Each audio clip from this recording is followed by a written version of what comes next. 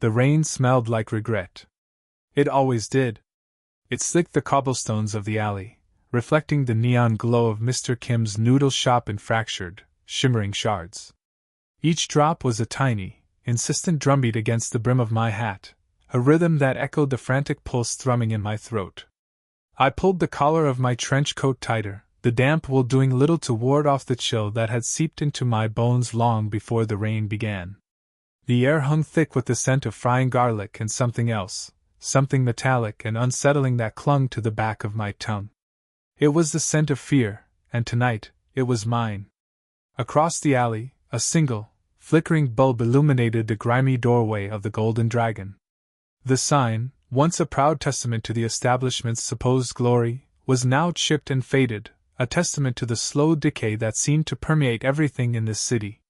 I watched, my breath misting in the cold air, as a figure emerged from the shadows.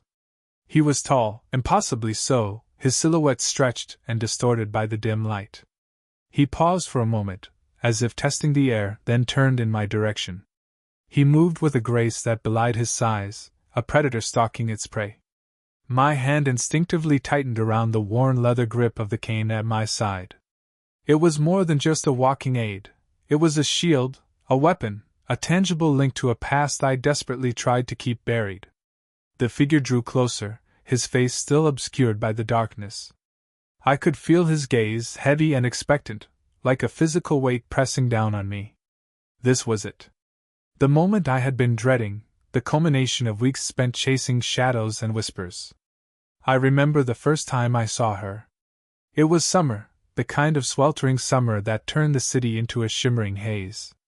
I was a kid then, barely scraping by, hawking newspapers on the corner of Bleecker and Mercer. She was a splash of color in a monochrome world, a vibrant hummingbird flitting through a concrete jungle. Her dress was a riot of floral prints, her laughter a melody that cut through the cacophony of the city. She bought a paper from me every day, always with a smile, always with a kind word. Her name was Elena, and she was an artist. She saw beauty in everything, even in the grimy streets and the broken souls that populated them. She painted murals on the sides of buildings, transforming drab walls into vibrant canvases. She showed me how to see the world differently, how to find the poetry in the everyday. She taught me about color and light, about perspective and composition. But more importantly, she taught me about kindness, about empathy, about the power of art to heal and to inspire. We spent hours together in her studio, a chaotic haven filled with paintbrushes and canvases and the intoxicating smell of turpentine. She would paint, and I would read to her, stories of adventure and romance and faraway lands. Sometimes she would ask me about my dreams, and I would tell her about my secret ambition to become a writer. She always encouraged me, telling me that I had a gift for words, that I could paint pictures with my language.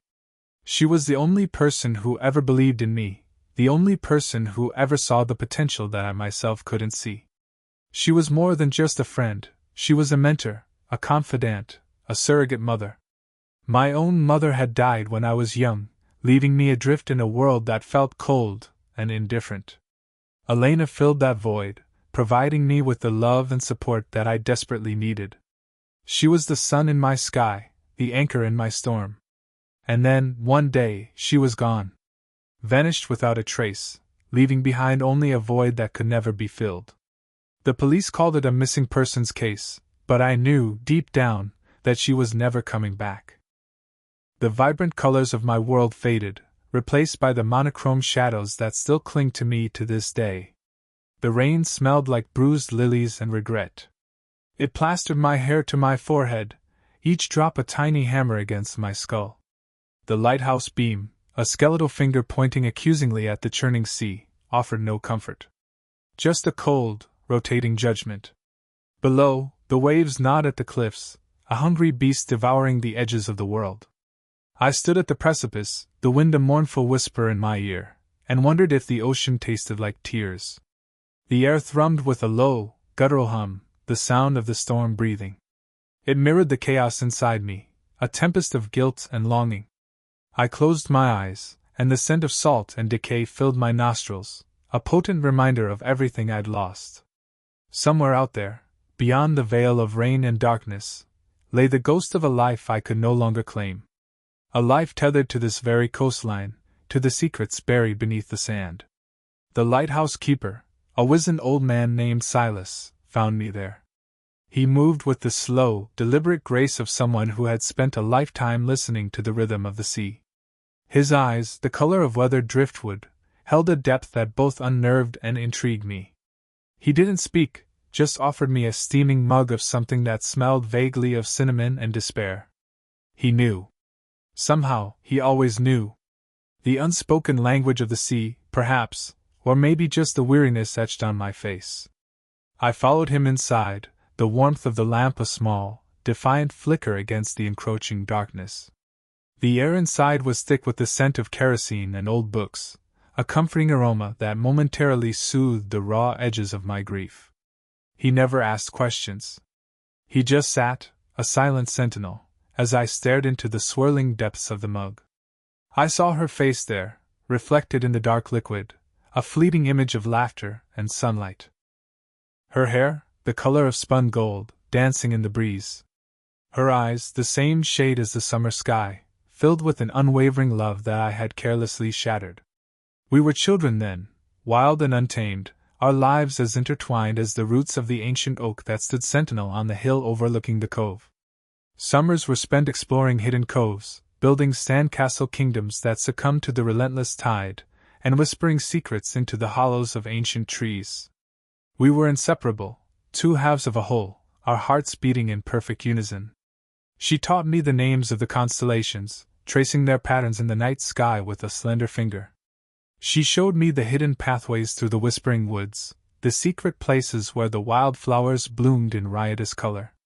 She shared her dreams with me, her hopes for a future filled with laughter and love.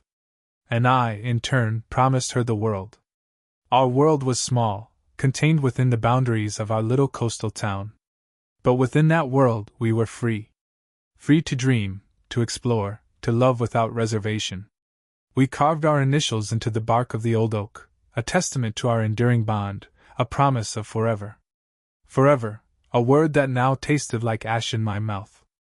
I remember the day we found the old rowboat, half buried in the sand, its wood weathered and scarred by the relentless sea. It was a wreck, a forgotten relic of a bygone era. But to us, it was a treasure, a vessel that would carry us to new adventures. We spent weeks restoring it, sanding the rough edges, patching the holes, and painting it a vibrant shade of blue. We christened it the Wanderer, a fitting name for a boat that would carry us to the far reaches of our imagination. That boat. It was more than just wood and nails.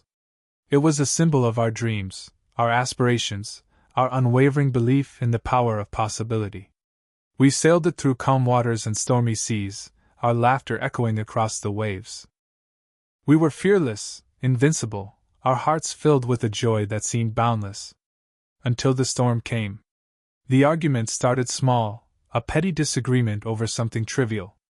But beneath the surface, resentment had been brewing, a slow poison corroding the foundations of our love. I accused her of being stifling, of holding me back from pursuing my dreams. She accused me of being selfish, of forgetting the promises I had made. Words were weapons, hurled with careless cruelty, each one leaving a deeper wound than the last. The rain started then, a sudden downpour that mirrored the tempest raging within us. We were on the Wanderer, miles from shore, the waves tossing us about like a toy.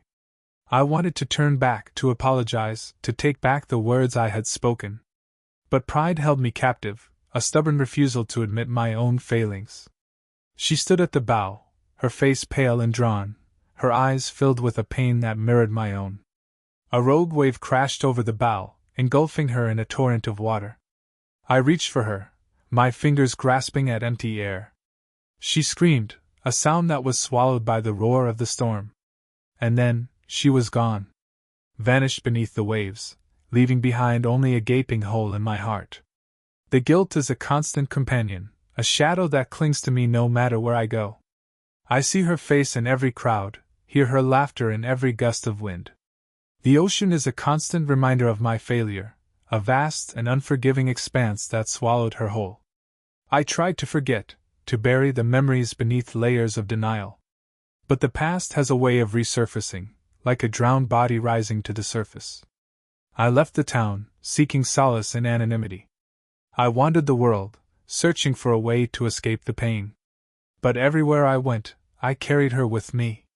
Her memory was etched into my soul, a brand that could never be erased. I tried to find love again, to fill the void she had left behind. But every woman I met was just a pale imitation, a ghost of the love I had lost. Now I'm back. Drawn back to the place where it all began, to the scene of my greatest tragedy. I came back to face my demons, to confront the pain that has haunted me for so long. But the town hasn't forgotten. The whispers follow me, the accusing stares pierce my soul.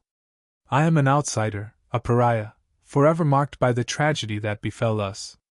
Silas found me a room above the bakery, a small, cramped space with a window overlooking the harbor.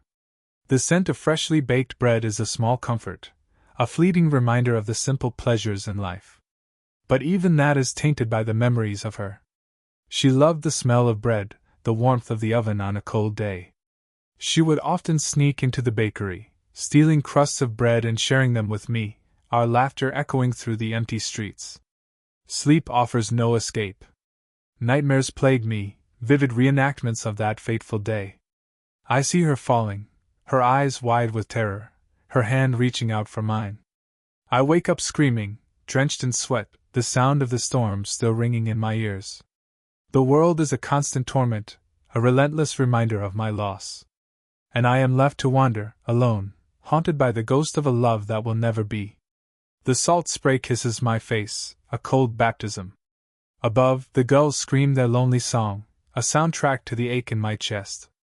The ferry groans, a mechanical beast yearning for the mainland. I grip the railing, knuckles white, and stare at the receding shoreline. This island, a jagged tooth in the maw of the sea, has always been my sanctuary, my prison. Now, it's just a reminder. The wind whips strands of hair across my eyes, blurring the already fading image of the lighthouse, its beam a dying ember. He used to say it was a guiding light, a beacon of hope. Now, it's just a rotating lie. A promise broken. I close my eyes, and the scent of brine and seaweed fills my nostrils, the perfume of a life I thought I knew. A life that crumbled like sandcastles before the tide. The engine thrums beneath my feet, a relentless pulse mirroring the frantic beat of my heart.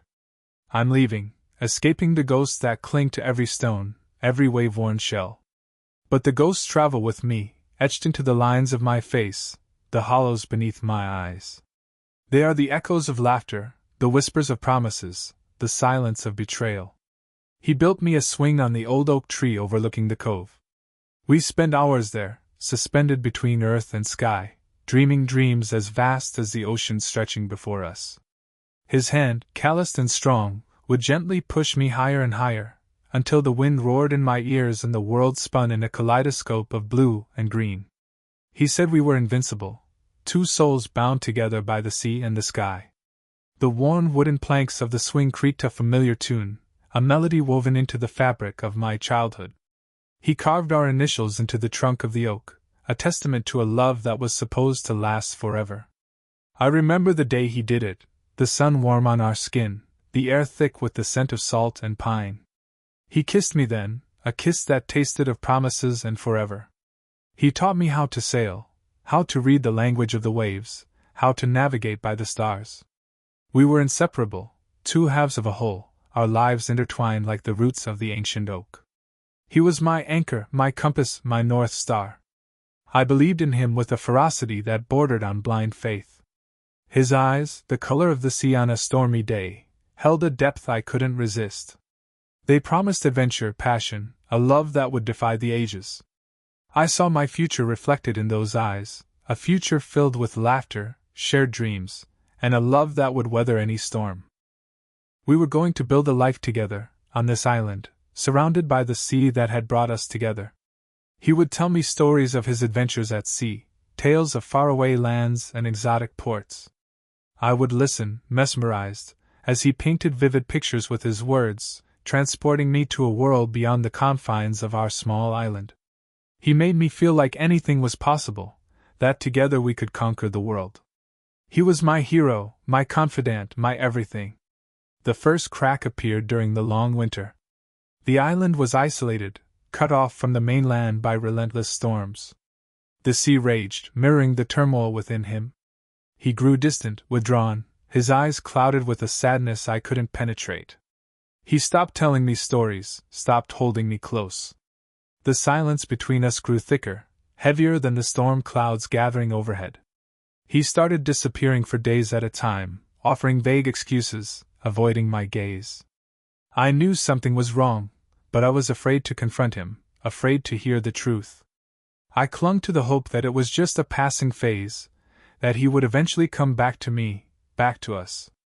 But deep down I knew. The sea always reveals its secrets, eventually.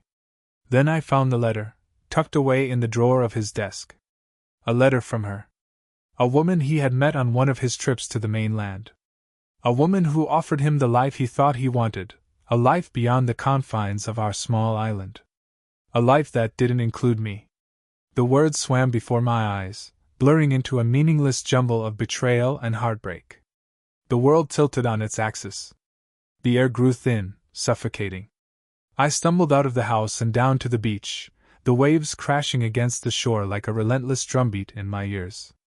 I sank to my knees in the sand, the cold seeping into my bones. The pain was a physical thing, a gaping wound in my chest that threatened to consume me whole. He had shattered my world, stolen my dreams, and left me adrift in a sea of despair. He came back, eventually. His eyes were filled with remorse, but the words he spoke were hollow, meaningless. He begged for forgiveness, but the trust was broken, irreparable. The swing on the oak tree creaked in the wind, a mournful lament for a love that was lost forever. I couldn't look at him, couldn't bear to see the reflection of my own shattered dreams in his eyes. I told him to leave. I told him I never wanted to see him again. He didn't argue. He simply turned and walked away, disappearing into the gathering dusk. I watched him go, my heart breaking with every step he took. The island felt empty, desolate, a tomb for the love we had once shared. I stayed there, on the beach, until the sun rose, painting the sky in hues of pink and gold. But the beauty of the dawn couldn't penetrate the darkness that had settled in my soul. Now, years later, the island feels like a cage of memories. Every corner holds a ghost, every wave whispers his name. The salt air stings my wounds, a constant reminder of what was lost. I'm leaving, not because I want to, but because I have to. I need to find a place where I can breathe, where I can escape the echoes of the past. The mainland beckons, a promise of anonymity, a chance to rebuild. But the scars remain, etched deep within my soul. The laughter feels hollow, the smiles forced. I carry the weight of the island with me, the burden of a love that turned to ash. The sea follows me in my dreams, a constant reminder of the man who taught me how to sail, then abandoned me to drown. I see his face in every storm cloud, hear his voice in every crashing wave. The world is filled with reminders of him, of us, of what could have been. I try to forget, to move on, but the past clings to me like seaweed to a rock. He stole more than just my heart. He stole my innocence, my faith in love, my belief in happily ever after. The city is a cacophony of noise and light, a stark contrast to the quiet solitude of the island. I try to lose myself in the crowds, to disappear into the anonymity of urban life. But the ghosts follow me, whispering their secrets in the dead of night. The island is a part of me, woven into the very fabric of my being. I can never truly escape it, or him. I built a wall around my heart, a fortress against the pain. I learned to be self-sufficient, to rely on no one but myself. Love became a dangerous game, a trap to be avoided at all costs. I dated casually, but never allowed anyone to get too close. The fear of betrayal was always there, lurking beneath the surface, ready to strike. Years passed. I built a life, a career, a semblance of normalcy. But the emptiness remained, a void that could never be filled. The island called to me in my dreams, a siren song of longing and regret. I knew deep down that I would have to return eventually. I had to confront the ghosts, to lay them to rest, to finally find peace. The ferry docks with a shudder, jolting me back to reality. The city sprawls before me, a concrete jungle teeming with life. I take a deep breath, steeling myself for the unknown. I'm not the same woman who left the island all those years ago. I'm stronger, wiser, but also more guarded. The scars of the past run deep, but they have also made me who I am. The island air hits me like a physical blow, a wave of memories crashing over me. The scent of salt and pine fills my nostrils, triggering a flood of emotions. I walk through the familiar streets, each corner a reminder of a life that was, and a life that could have been. The oak tree still stands, its branches reaching towards the sky like gnarled fingers. The swing is gone, but the initials we carved into the trunk remain, a faded testament to a love that died too soon. I walk down to the beach, the sand cool beneath my bare feet. The waves crash against the shore, a constant rhythm that has echoed through my life. I sit on a rock, watching the sun sink below the horizon, painting the sky in hues of orange and purple. The beauty of the island is as breathtaking as I remember, but the pain is still there, a dull ache in my chest. Then I see him. Standing at the edge of the water, his silhouette outlined against the fading light. He's older, his face etched with lines of regret, but his eyes are still the same color as the sea on a stormy day. He turns, sees me, and a flicker of recognition crosses his face. He hesitates, then starts to walk towards me.